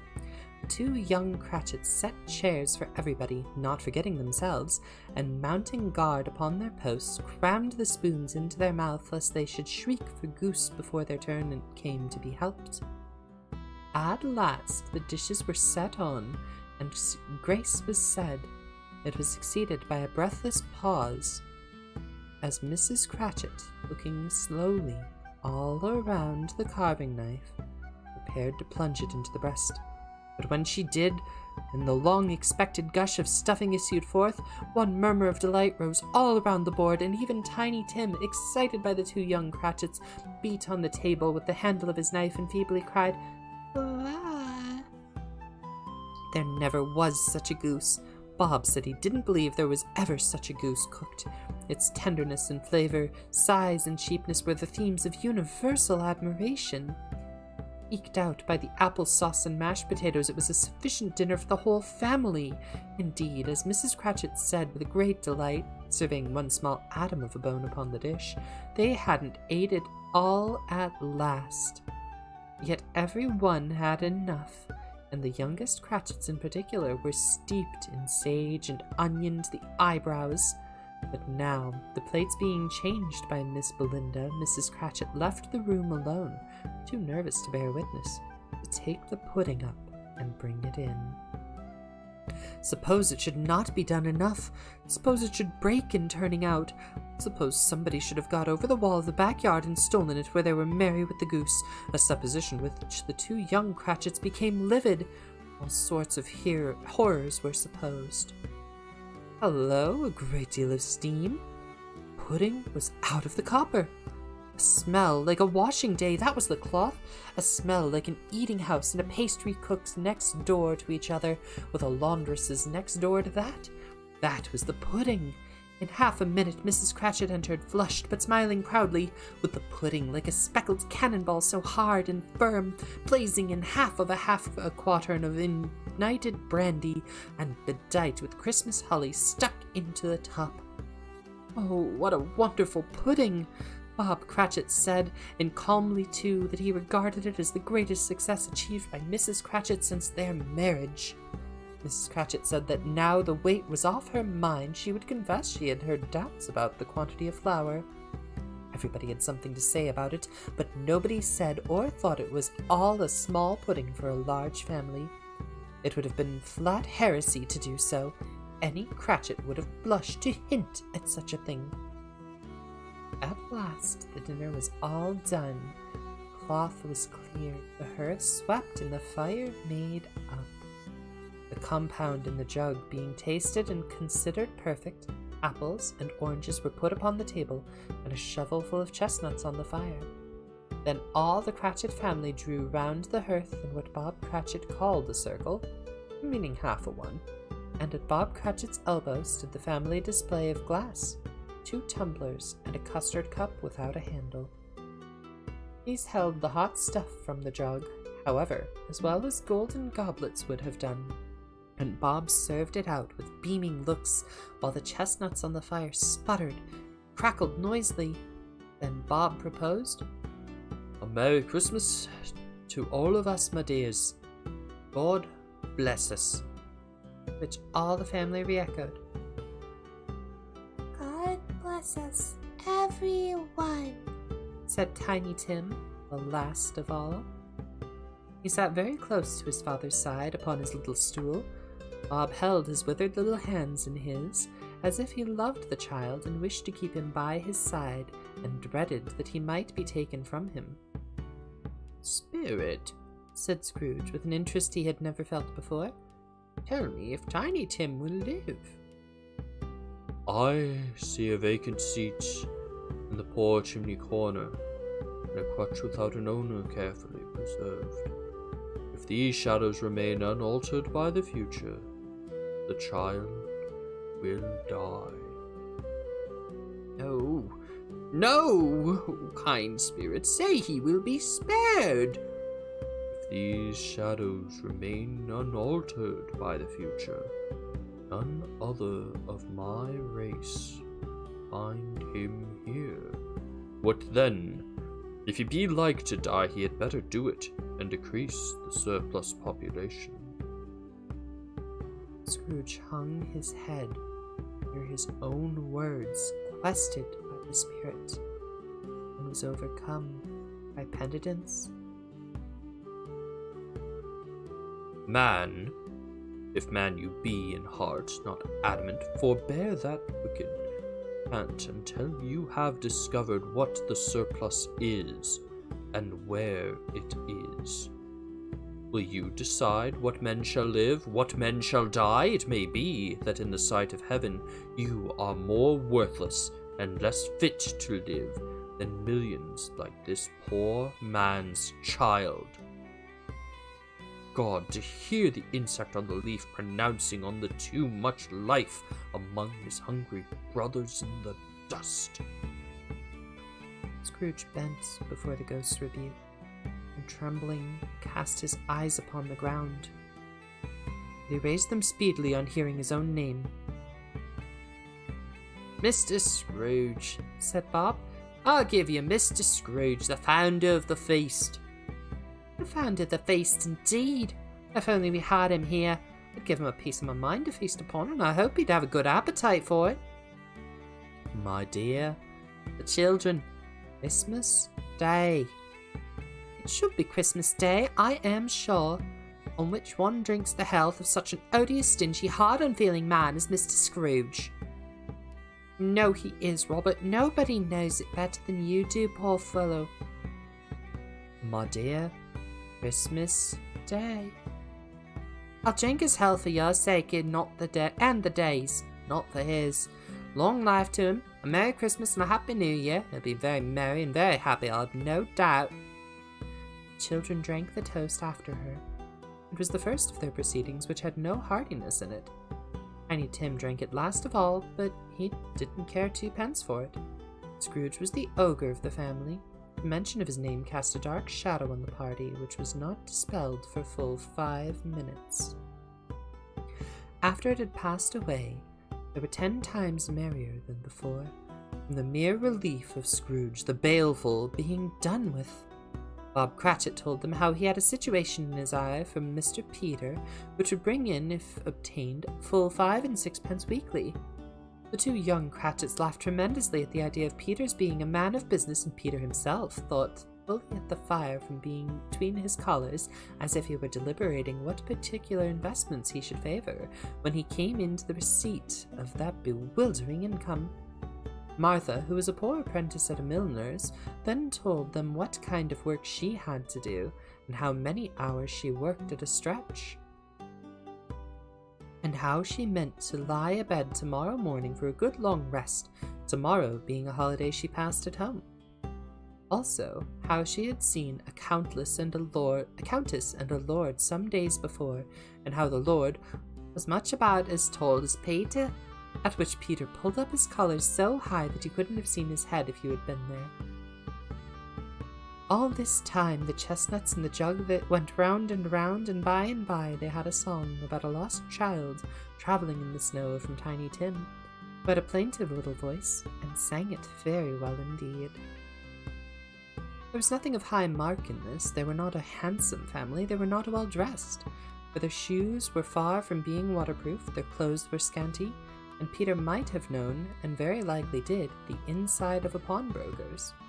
But they were happy, grateful, pleased with one another, and contented with the time. And when they faded and looked happier yet, in the bright sprinklings of the spirit's torch at parting, Scrooge had his eye upon them, and especially on Tiny Tim, until the last. Sadly, I am about out of time here. We're 100 pages in, and I've done pretty much what I can for this episode. I'd like to thank everybody who dropped in, those who have spent some time with me, in particular Issei, Aries, and Legal, who have been wonderful to have for the company here. I sincerely hope that you have a wonderful night, wonderful day, whatever time zone. And if you are interested in joining in, I do have a Discord server where people are more than welcome to come, interact, chat with me. I've had a lovely time getting to spend this with everyone here. And since there is no raid feature that I'm aware of, I think we are simply going to end it here. And we will pick up again on YouTube next time with this story. Night.